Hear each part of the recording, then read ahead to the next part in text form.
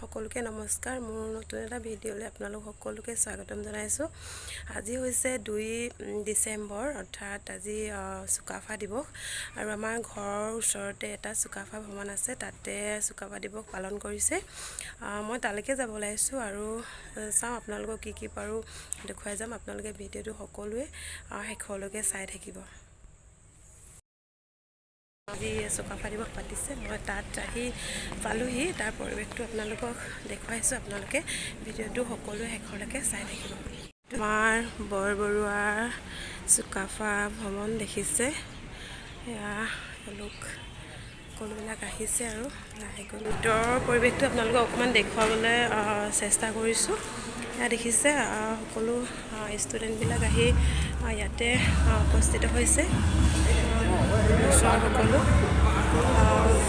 দেখিছে আপোনালোকে, কিন্তু এনেকৈ আৰু সময়টো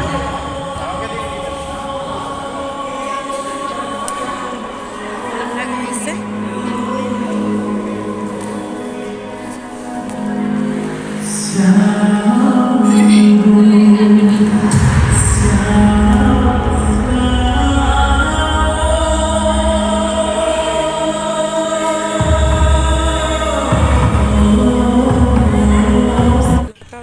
কাৰ্যসূচী হৈ গ'ল বাৰু, দেখিছে।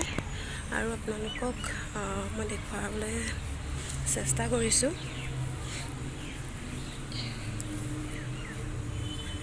এয়া চাওক, চাউলুং চুকাফা দিৱস ইমান ধুনীয়াকৈ ইয়াতে ৰাখিছে।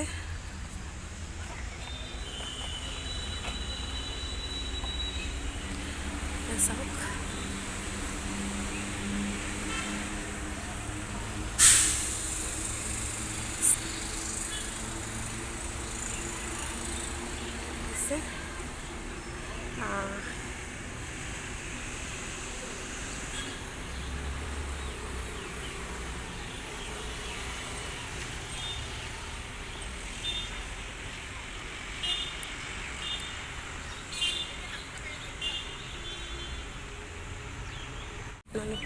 তাকে এয়া বৰ্তাহঁতক লগ পাইছোঁ চুকাফা দিৱসৰ কাৰণে। অকণমান কৈ দিয়ক কেনেকুৱা কি নিয়মবিলাক।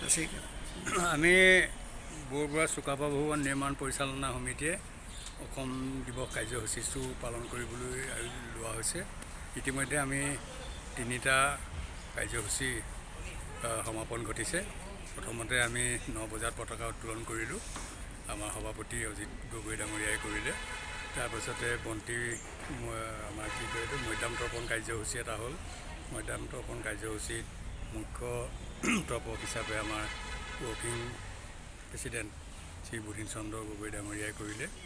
আৰু চুকাফা প্ৰতিমূৰ্তিৰ সন্মুখত আমি প্ৰায় 6জন বৰবৰুৱাৰ বিশিষ্ট ব্যক্তিক আমন্ত্ৰণ জনাই বন্তি প্ৰজ্বলনৰ কাৰ্যসূচী এটা পালন কৰিলোঁ। ইয়াত বিশেষভাৱে অংশগ্ৰহণ কৰিলে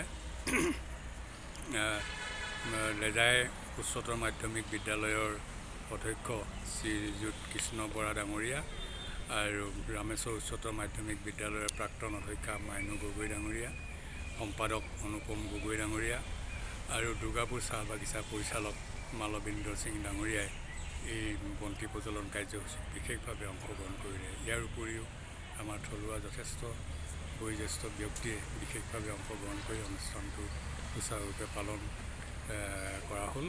আৰু এতিয়া ইয়াৰ পিছত আমাৰ 2টা কাৰ্যসূচী আছে। এই 2টা কাৰ্যসূচী একেলগে হ'ব 2টা হলত। এটা হ'ল ক্লাছ 8লৈকে 8ম শ্ৰেণীলৈকে চুকাফা দেহৰ মুখ পূৰ্ণ অৱয়ব চিত্ৰাংকন। এইটো হ'ল আমি 8ম শ্ৰেণীলৈকে ছাত্ৰ ছাত্ৰীসকলে এতিয়া অংকন কৰিব পাৰিব। আৰু এখন ৰচনা প্ৰতিযোগিতা আমি থলীতে অনুষ্ঠিত কৰিবলৈ লৈছোঁ।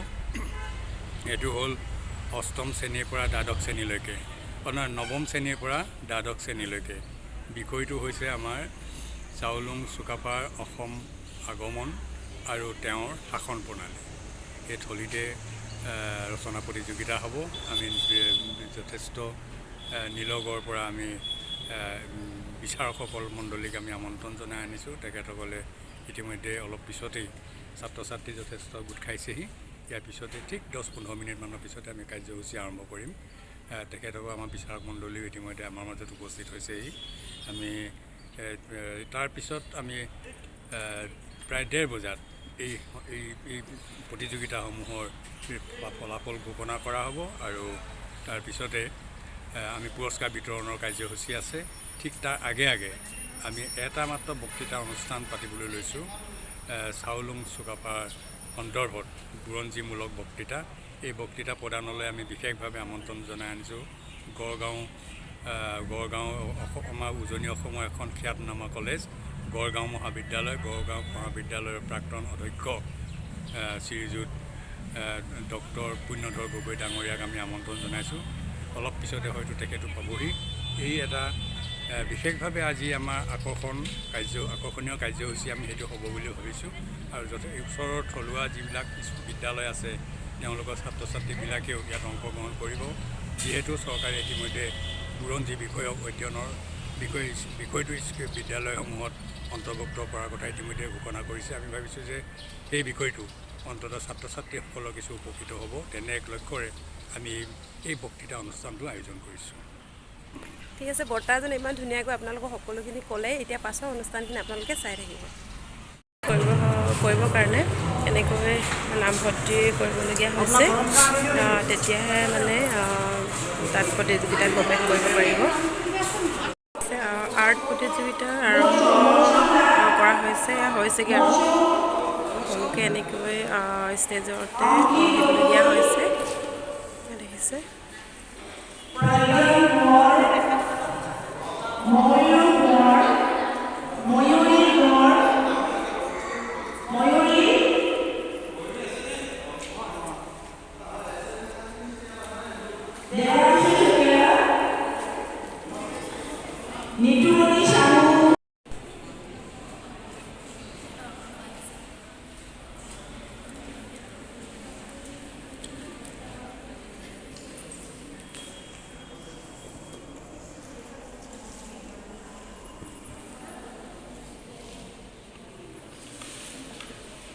সমবেত সংগীত অনুষ্ঠিত হৈ আছে।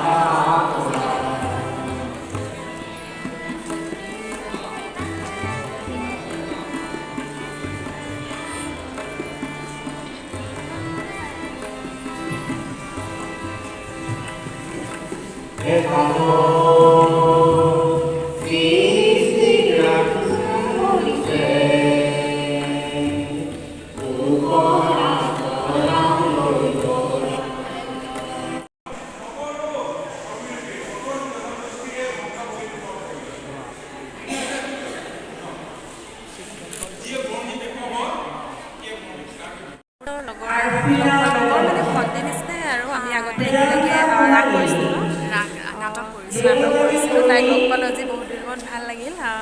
বাকী খবৰ ভালেই।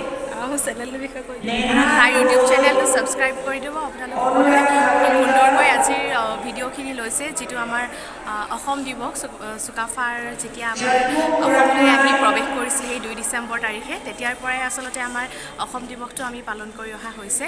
চৈখোৱা অঞ্চলৰ ভীমকান্ত গোহাঁইদেৱে এই দিনটো আচলতে পুৰণি কৰি ৰাখিবলৈ, সদায় স্মৰণীয় কৰি ৰাখিবৰ কাৰণে আচলতে এই দিনটোতে তেখেতে তেতিয়াই পালন কৰি আহিছিলে 1972 চনৰ পৰা।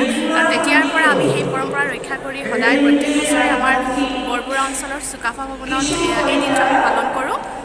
আপোনালোকেও যদি সময় সুবিধা পাই আহিব ইয়ালৈ আৰু তাইৰ চেনেলটো লাইক কৰিব, শ্বেয়াৰ কৰিব, ছাবস্ক্ৰাইব কৰি দিব। ঠিক আছে, ধন্যবাদ। ভণ্টিও হয়, লগ পালোঁ আজি। লগতে বহুতখিনি টাইম সিহঁতৰ লগত কটালোঁ, ভাল লাগিলে সিহঁতক লগ পাই। কোৱা কিবা এটা মোৰ চেনেলটোৰ বিষয়ে কোৱা। পৰিলাহন বুলি আছে চেনেলটো। পৰিলাহনৰ চেনেলটো আপোনালোকৰ ভাল লাগিলে লাইক কৰিব, আপোনালোকে শ্বেয়াৰ কৰিব আৰু ছাবস্ক্ৰাইব কৰিব। স্ক্ৰিপ্ট লিখোঁতে গোটেই প্ৰগ্ৰামটো চাই যাব আৰু এটা কথা হ'ল এই মানে আৰ্ট প্ৰতিযোগিতাৰ বিচাৰক হিচাপে এই আহিছিল আৰু এইগৰাকী এওঁলোকে বহুত ধুনীয়াকৈ প্ৰগ্ৰামটো আগুৱাই লৈ গ'ল আমিও চালোঁ ভাল লাগিলে আৰু এই তাইৰ এখন নিজৰে কৈ দিয়া এখন স্কুল আছে ৰেইনবো আৰ্ট স্কুল বুলি বৰবৰ ৰামেশ্বৰ স্কুলৰ মুখতে আৰু স্বপ্নাবাও এখন স্কুল আছে জ্ঞানজ্যোতি প্লে হাউচ স্কুল তাতে মই ড্ৰয়িং ক্লাছ কৰোঁ ছানডে মোৰ ছানডে কৰোঁ আপোনালোকৰ যদি দৰকাৰ হয় দুয়োখন স্কুলৰ ভিতৰত আপুনি চইচ কৰি আহিব পাৰে আৰু বৰবৰুৱাৰ যদি কোনোবা চাই আছে আপোনালোকে এওঁলোক দুগৰাকীৰ লগত কণ্টেক্ট কৰিব দেই